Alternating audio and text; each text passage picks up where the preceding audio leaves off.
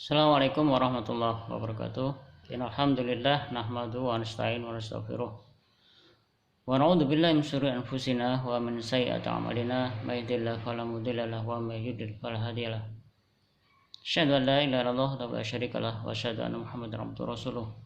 Raditu billahi rabban wa islami dinan wa Muhammadur rasulullah. Subhanaka la ilma lana illa ma 'allamtana innaka antal alimul hakim.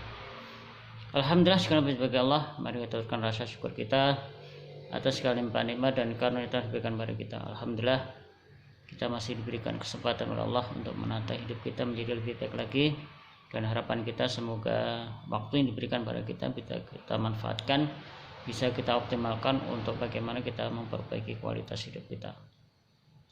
Salawat dan salam semoga tetap terlimpahkan pada junjungan kita Nabi Muhammad SAW, pada keluarga, sahabat dan juga keluarga. Para sekalian, mari kita kembali taklim kita.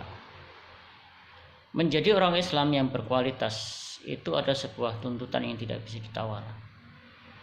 Karena itulah ya, satu hal yang perlu kita perhatikan adalah bagaimana kita mengkondisikan mentarbiyah diri kita menjadi pribadi-pribadi yang mengerti, yang faham terhadap perintah agama ini.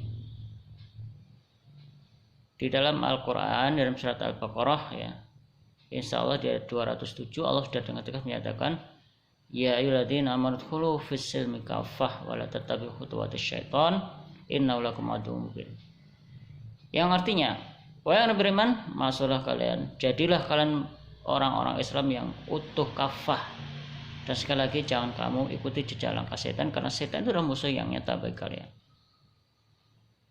Ayat ini memberikan isyarat pada kita, memberikan tuntutan pada kita bahwa sebagai orang Islam kita harus bisa betul-betul mengenal, mengerti tentang Islam secara optimal, dan kita diberikan kemampuan untuk bagaimana mengamalkan perintah-perintah agama itu. Di dalam ayat yang lain, dalam surat Al-Imran ayat 102 Allah sudah tegas menyatakan, ya alladzina amanu ittaqullaha haqqa tuqatih wa la tamutunna illa wa antum muslimun. Wahai orang beriman, bertakwalah kepada Allah dengan sebenar-benarnya takwa, dan jangan sekali-kali kalian mati melainkan setelah menjadikan diri kalian orang-orang Islam yang baik, yang berkualitas, menjadi orang Islam yang betul-betul bisa mengaplikasikan semua ajaran agama Islam. Kata mari kita coba renungkan kembali ya beberapa informasi yang saya sampaikan pada kali ini.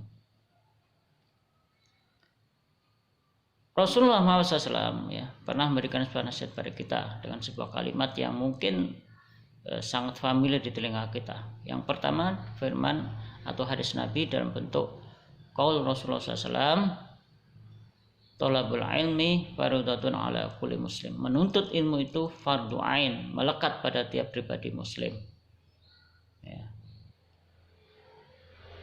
Hadis ini memberikan pengertian bahwa kita menjadi orang Islam tidak cukup ya, kita sudah berislam, membaca syahadat, tetapi lebih dari itu kita harus mengenal, faham terhadap kaidah-kaidah yang berkaitan dengan ajaran agama kita. Yang menjadi persoalan adalah kita itu nampaknya masih enggan ya, masih belum mengenal, belum faham terhadap informasi yang ada pada firman-firman Allah maupun dalam hadis Nabi Muhammad SAW. Jadi mungkin kalau bahasa saya itu, kita itu ya pengennya menjadi orang Islam, tetapi menjadi orang Islam yang artinya bisa fleksibel. Di saat ada teman kita yang kemudian melakukan kemaksiatan, ya kita ikut-ikut teman kita. Tapi kalau teman kita itu berbuat baik, kita juga ikut menjadi baik. Itu bukan seperti itu. Bukan seperti bunglon. Bunglon itu adalah binatang ya, reptil yang punya kebiasaan dia bisa merubah warna dalam segala situasi. Ketika nempel pada dahan yang berwarna gelap ya, maka dia menjadi gelap. Kalau warnanya cerah, dia menjadi cerah. Inilah yang disebut dengan bunglon. Tidak seperti itu. Orang Islam yang berkualitas itu adalah orang Islam yang mengerti, yang faham terhadap ajaran agama ini, dan peduli dengan apa yang menjadi pekerjaan atau perbuatan yang diamalkannya. Karena itulah ya memang kita harus sepakat mengatakan kalimat thalabul ilmi fardhatun ala kulli muslim itu adalah perintah-perintah yang berkenaan dengan urusan agama kita. Menuntut ilmu itu hukumnya fardu ain, melekat pada tiap pribadi muslim ya dalam segala situasi dan kondisi. Masyaallah muslimin rahimakumullah. Yang menjadi persoalan itu adalah sebagai makhluk yang berkarakter bebas ya. Bebas ya. Artinya kita tuh diberikan otoritas kewenangan untuk bagaimana kita melakukan aktivitas hidup ini secara mandiri ya.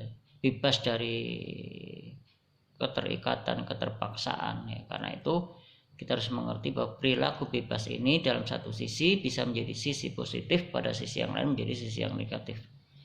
Nah, itu kita harus mengerti ya, amanah yang dibebankan kepada kita itu harus kita terima dengan sebaik-baiknya dengan pemahaman yang benar.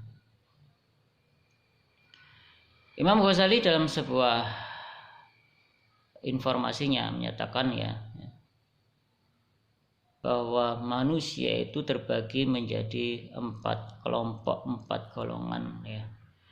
Manusia pertama itu adalah rajulun yadri wa yadri annahu yadri. Jadi orang yang dia tahu, dia mengerti dan dia sadar dan mengerti betul tentang status dirinya, orang yang mengerti, maka orang seperti inilah yang harus diikuti. Fattabi'uh, ikuti ya. Kemudian tipikal yang kedua ada orang yang dia punya karakter rajulun yadri wa la yadri annahu yadri. Orang yang dia itu tahu tetapi dia tidak mengerti, tidak sadar bahwa dirinya tahu. Orang yang seperti ini berarti orang itu tertidur, seperti orang tertidur. Karena itu bangunkan dia, fastaiqidu, bangunkan ia. Ya, ini yang bisa jadi kebanyakan dari kita yang punya background ya belajar agama di pesantren, kemudian dia tidak mengikuti, tidak konsisten dengan ilmu yang ia pelajari, kemudian dia melirik aktivitas yang lain yang mungkin secara finansial lebih menguntungkan. Dan yang ketiga adalah rajulul la yadri wa yadri annahu la yadri. Orang yang dia itu tidak mengerti dan dia sadar betul bahwa dirinya itu tidak mengerti. Maka orang seperti inilah farsuduh, bimbinglah. Jadi kita punya kewajiban apa? Membimbing orang-orang yang dia sadar akan statusnya sebagai hamba yang bodoh, yang tidak mengerti, tetapi ada keinginan dalam dirinya untuk menjadi orang yang mengerti. Orang seperti ini harus kita bimbing, kita arahkan dia. Dan yang terakhir yang harus kita jawab adalah rajulul la yadri wa la yadri annahu la yadri. Jadi yang keempat terakhir adalah golongan orang yang dia tidak tahu dan tidak sadar, tidak mengerti bahwa dirinya itu tidak tahu. Orang seperti itu tinggalkan dia, fatrukuh, tinggalkan dia. Karena itu ayo kita coba lihat kembali pada diri kita, apakah kita memang tipikal orang yang pertama, orang yang kedua, ketiga, ataupun orang yang keempat. Ya, kalau kita menyadari akan potensi kita, kita yakin bahwa kita pasti akan bisa memperbaiki kualitas hidup kita, pasti bisa berubah. Karena Allah sudah memberikan sebuah nasihat kepada kita, innallaha la yughayyiru ma biqaumin hatta yughayyiru ma bi anfusihim. Sesungguhnya Allah tidak akan merubah keadaan suatu kaum, tidak akan merubah nasib suatu kaum sebelum kaum itu tergerak hatinya untuk bagaimana merubah dirinya. Ya, semoga dengan informasi yang sedikit ini bisa memberikan motivasi bagi kita untuk terus belajar dan belajar, karena kesuksesan hidup ini hanya akan bisa dapatkan ketika kita menghayati, mempelajari setiap informasi yang menjadi kebutuhan hidup kita. Semoga Allah memberikan kekuatan bagi kita, memberikan kesabaran bagi kita untuk istiqomah.